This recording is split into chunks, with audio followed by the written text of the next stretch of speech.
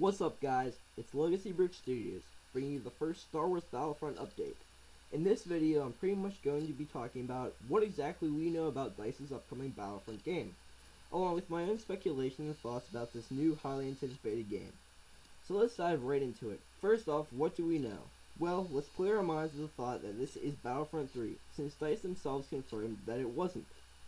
EA Games level boss Patrick Soderlund, who greenlit the project, stated to Eurogamer, hence, it's called Star Wars Battlefront without a 3 at the end. We want to say it's something new, but again it's going to be very Star Wars and very cool. Battlefront is DICE's own take on this game's franchise. Soderlund continues, there are absolutely things in the previous Battlefront games that you'll recognize and remember, but DICE wants to put its own flavor on it. That's the only way we can do it. On the official EA website, the title of one article states, "Welcome to Battlefront, Jedi Master." Could this mean we will be seeing Jedi in the actual gameplay? Why would EA be calling the future players of Battlefront Jedi Masters? The article goes on to read, players can step in the shoes of their favorite Star Wars characters from Battlefront 2, pilot essential Star Wars vehicles, and relive classic Star Wars battles. It later reads, but now they wish to experience the larger-than-life battles in magnificent high definition, with all the amazing special effects, vehicle physics, and gameplay intensity the next gen has to offer. That sounds great, and as you keep reading, the article continues. That's where we come in. Today we are announcing Star Wars Battlefront, developed by DICE on Frostbite 3. Our vision for the franchise will surprise and delight fans yet again.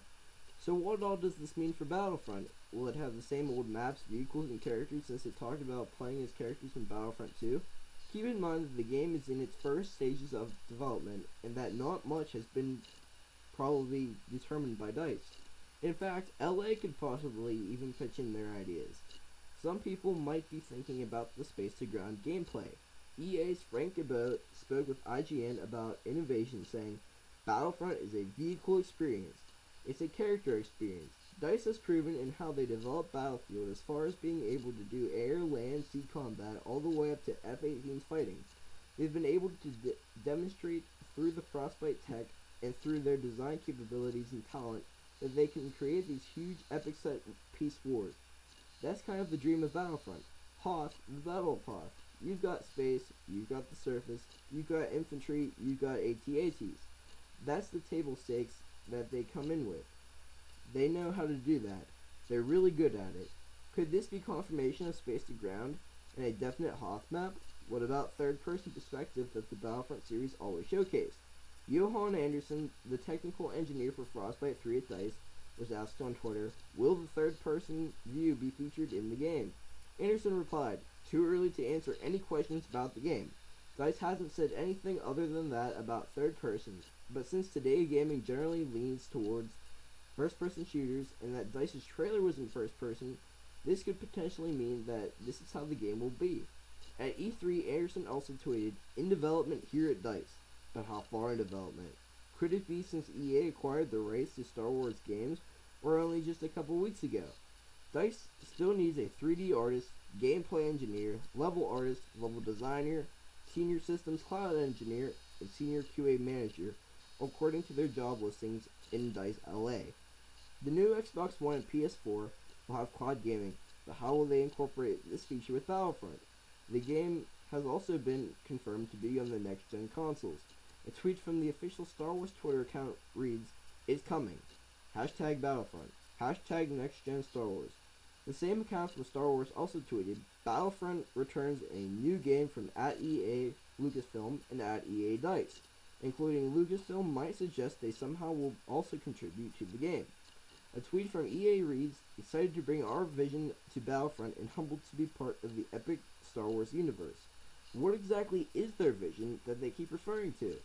It may seem a little scary that since DICE has made Battlefield, the new Battlefront game will seem just as a reskin. But rest assured, EA has confirmed that they do not want this to happen. IGN reported that executive producer Patrick Bach said, we don't want Star Wars plus Battlefield, because that would be boring, right?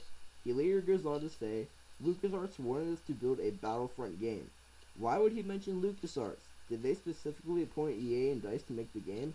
Bach continues, in general, we wouldn't build a game that is a copy of someone else's. We couldn't do that. We're too stubborn and too annoying for people to think we would do that. He also stated that they are figuring out what they want to build. Well, they look at the history of the Battlefront franchise to reverse engineer it, to find out what it was supposed to be. This means that DICE will probably likely be playing the original Battlefronts and maybe even looking at the unfinished Free Radicals Battlefront 3 and LucasArts' First Assault to find the perfect mixture to make the game with, while applying their own taste to it. This is also good since DICE respects the franchise and don't want it to be Battlefield reskinned. Since DICE wants Battlefront to be different from Battlefield, why not third person then? Another factor in the two franchises' differences is that DICE made Battlefield a more harder game for advanced players, while previous Battlefront games were fun to play because people were able to jump in and start playing. Accessibility was key for Battlefront since people didn't have the need to get used to how everything works. The ability to just have fun playing a game was that special part of Battlefront. But will EA keep it? What about modding? EA does not like mods at all and has made that known, but since Battlefront has been more or less kept alive by the modding community, EA might look more into it. Might DICE change their mind about the subject, causing modding to be more accessible? That way modders aren't upset? If not, then hopefully they will make a type of mode to the likes of Halo's Forge mode. This would be the minimum of giving the players the option of customizable gameplay. The problem with EA is that they are a big corporation that pays other people to create their games, causing them to either be great or a big flop.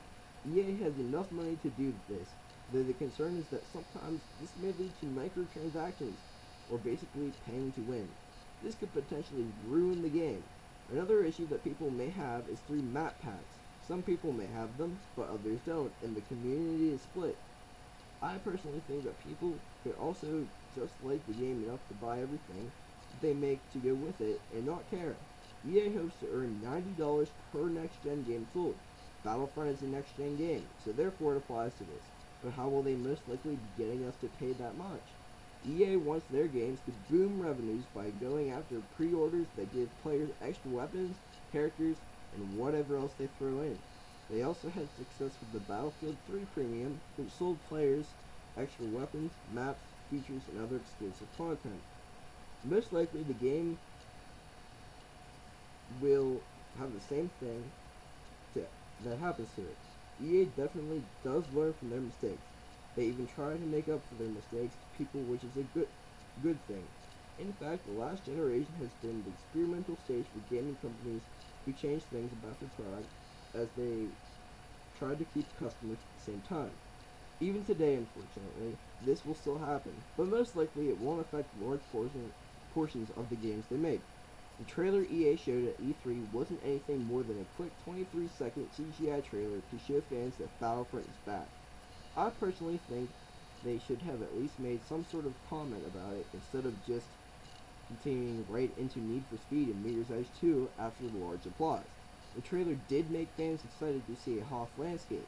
Does this confirm that we will see classic Star Wars battlefields like Hoth and Andor?